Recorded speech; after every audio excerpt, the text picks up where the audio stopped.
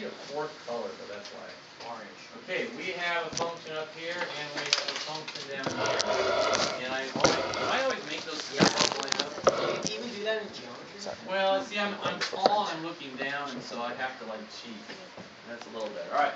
Now we're going to make this the original function f, and this is g, just like we did yesterday, correct? And g is f prime, right? And g is equal to f prime. Now, it took a while, but I think I got almost everybody last period to totally get it. I want you to totally get it, because it's really cool. This is the most formal thing I'll do all year. I've never seen any textbook ever do it, and when I stumbled into doing this method, I go, man, that is really cool. And I can't remember exactly when I stumbled into it, but it made sense. But I usually do it the way the book would do it, and the way the book does it makes it just not, it isn't intuitive at all. All right. So let's do two functions. We are doing, this is going to be a third degree function, and a third degree function would just look something like that, right? Yeah. Okay, something, let me make it a little flatter so I have a little more space. It comes in like that. And then if you take the derivative of a third degree function, you get a second degree function. So you have a parabola, so the parabola almost looks like the same thing. And so it's close. Notice the third degree and the second degree, when you just look at that part, they almost look the same. Okay? So I'm trying to be relatively real. Now we're going to take an interval in here. So we're going to come down here, and we're going to come down here. See if that works. And then we're going to come straight down here, and straight down here, and I probably didn't do it straight down.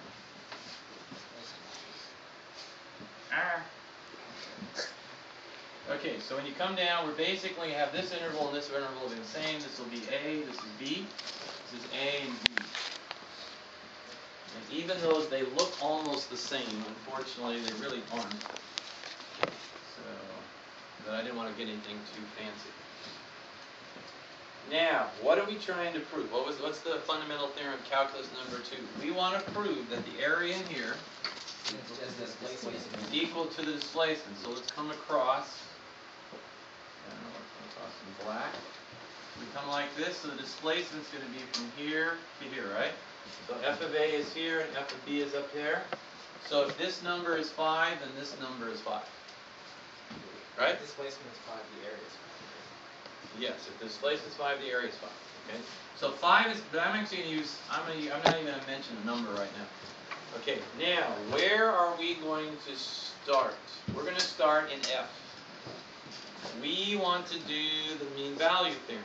Do you guys remember from yesterday what the mean value theorem is? The mean value theorem says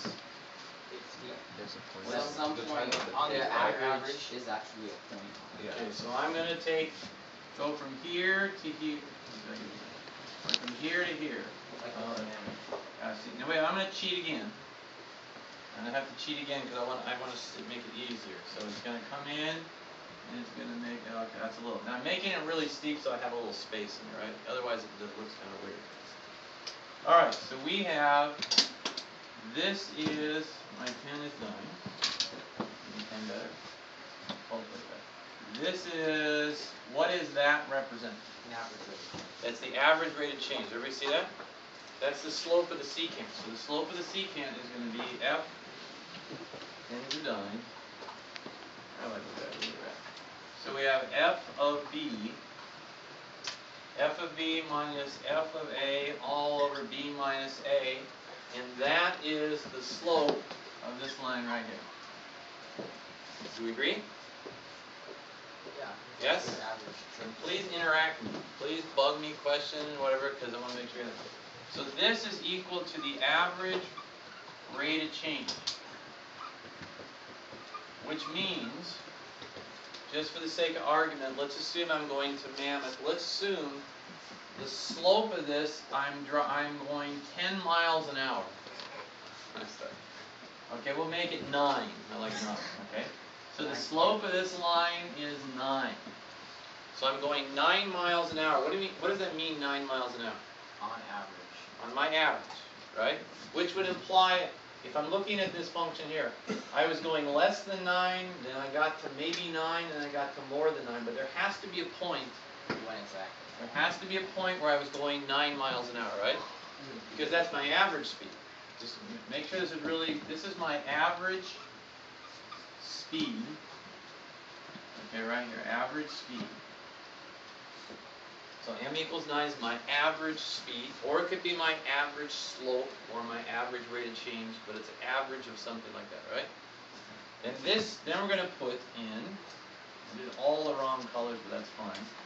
Now we know by the mean value theorem, and you're going to state that when you do this. By the mean value theorem, there has to be a point where the tangent is the same slope, right? Okay? So I'm going to put in, let's see if I come close. There's my tangent. Close enough. Now, what I'm going to do is I'm going to come all the way down here. I'm going to come all the way straight down. Let's see if I can do this all the way down to something like that. Ends and died. Okay, so everybody see what I'm doing? Well, that's ugly. Okay, so we're going to call this point, wherever the mean value theorem is satisfied, we're going to call that coordinate, the x-coordinate, C, and it's called the special C. Now, I don't know, the first book I ever used in calculus, they called it the special C, so I don't know if that's generic to all of calculus or it was just the author, but I like that. It's the special C. What does the special C mean? Tell me what it means. Stuff. It's the place where the mean value theorem is satisfied, right? It's where the x value where the tangent is equal to the secant. Yeah, where they're parallel, right? So special C is your perfect. Yeah, it's very special. It's an average, and it's going to be very important in a second. All right. Now, before I go too far, does everybody know where we're actually heading? If I wanted to find the integral of g of x from a to b, just make sure we understand this. If I want to find the area of this whole area, right? Using the fundamental theorem of calculus, what do? I take the antiderivative, right? Which is equal to f. Okay, and then I evaluate it, so it's going to be f of b minus f of a. Do we agree with that? Yes. Do we agree with that? This is what we want to prove. If you're finding the area under g, you take the difference, or the displacement, of its antiderivative from b to a. Okay? So I find this area by finding this length. Everybody with me? That's our goal. So this is my answer. I better get this answer. Alright, let's do our magic trick. Because we have a lot of cool things. So please mention something about the mean value theorem here. Write it on there. You gotta have a mean value theorem. Now, this is my slope. This is my slope here. This is my slope here. Now I come to the derivative function. This is the slope function. If it's the slope function, if the 9 is my slope, then this y value is 9. Do you agree? Yes. You gotta look more enthused. Yeah. Yeah. Okay. That's right. You know, when we start putting the decorations up in our yard, you're gonna help this. Did you help last year? No. Kinda. Kind of. Kind of.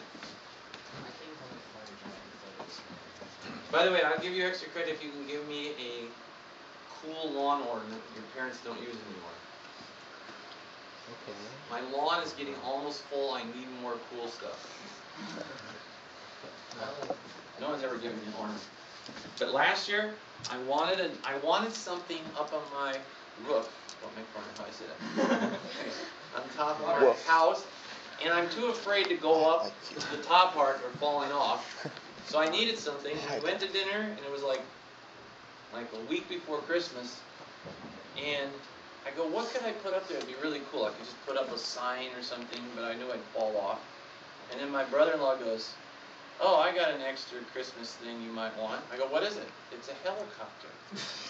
A helicopter. So now, I haven't put it up yet. I have a helicopter on my roof. Why can't I know, it was so cool. Yeah, you did help me put my helicopter. I was afraid I was going to fall, so Tony, I figured he would stop me or I'd just throw him off. Okay, so I got a helicopter and it goes around. Now, unfortunately, after a whole year, a lot of times, I have this great little train with Santa and the wheels were turning, and it doesn't work. The battery's dead. Anybody know how to, not the battery, the motor? Anybody good about motors in here? I need someone to fix my. You know how to take a new motor and add it to one of your little blow-up dolls? Sorry, that sounded really kinky. Actually. Anyway, so if anybody, I have to fix it. I break things. I don't fix things. But anyway, okay, why am I talking about my decorations? Tony. No, I don't know where they came Extra from. credit. Yes. Oh, extra credit. I need long 10 points. I'm cheap. 20. All right, here we are. Let's go back to this. That was a break because I knew we were losing a little focus. This slope is 9.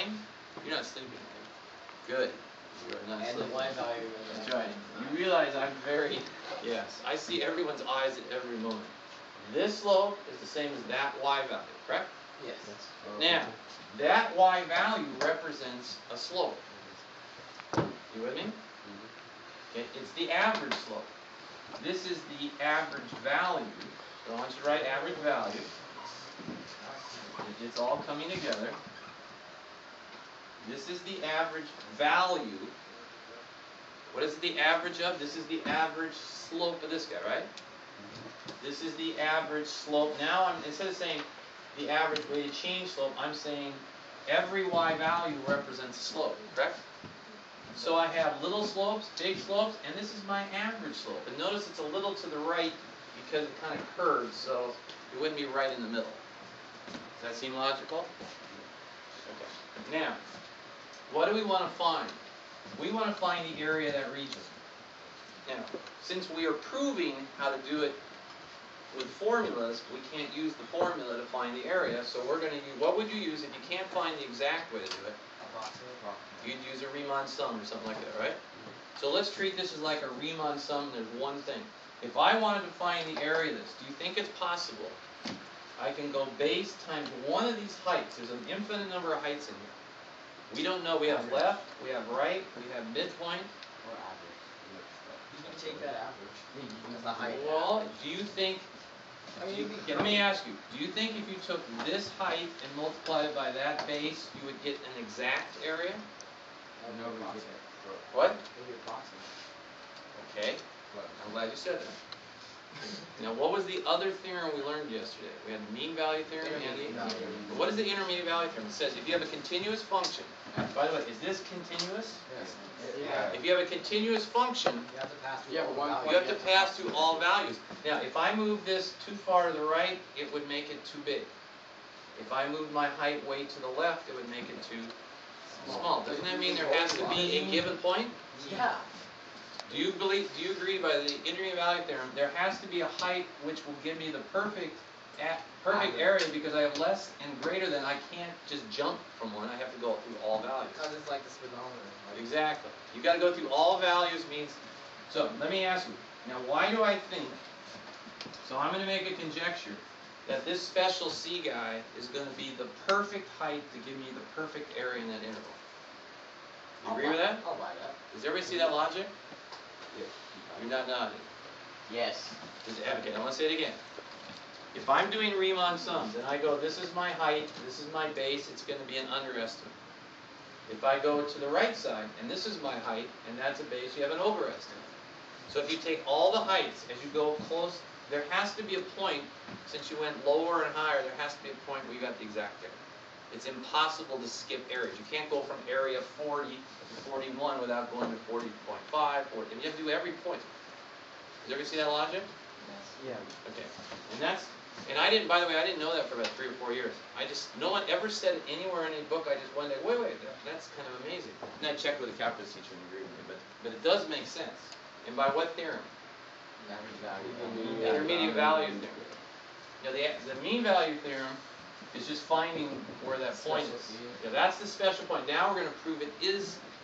Now, okay. All I've said is there must be a point where it gives you the perfect area, correct? Yes. Now explain to me. Now you got to tell me why that is the point. Why is that the point? That's the perfect one to give you area. Someone give me a good analogy. It's very simple. How do I know this average value, this average Y value, how would I know that's the perfect point? Is it the definition of average? It's kind of like average? close to the middle. Well, if you add up all your test scores And divide by and divide it, you get an average, and if you multiply them back, you get the total, right? Yeah. Isn't the average, and if you multiply by how many there are times the average, you get the total value? So like the average value thing that they do in what? Exactly. So this is the average value of this area. So we know that's the average value. That means if you add them all up, you get a full area, and it's going to be perfect because it's the average. That's what average means. And means average. It's that. Okay, are we ready? So Yeah. We're now ready for the miracle. Are you ready? Is this our goal? yes. Yes. How do you find the area under a curve? You take the antiderivative, which is f, and go b minus a, and take the displacement, right?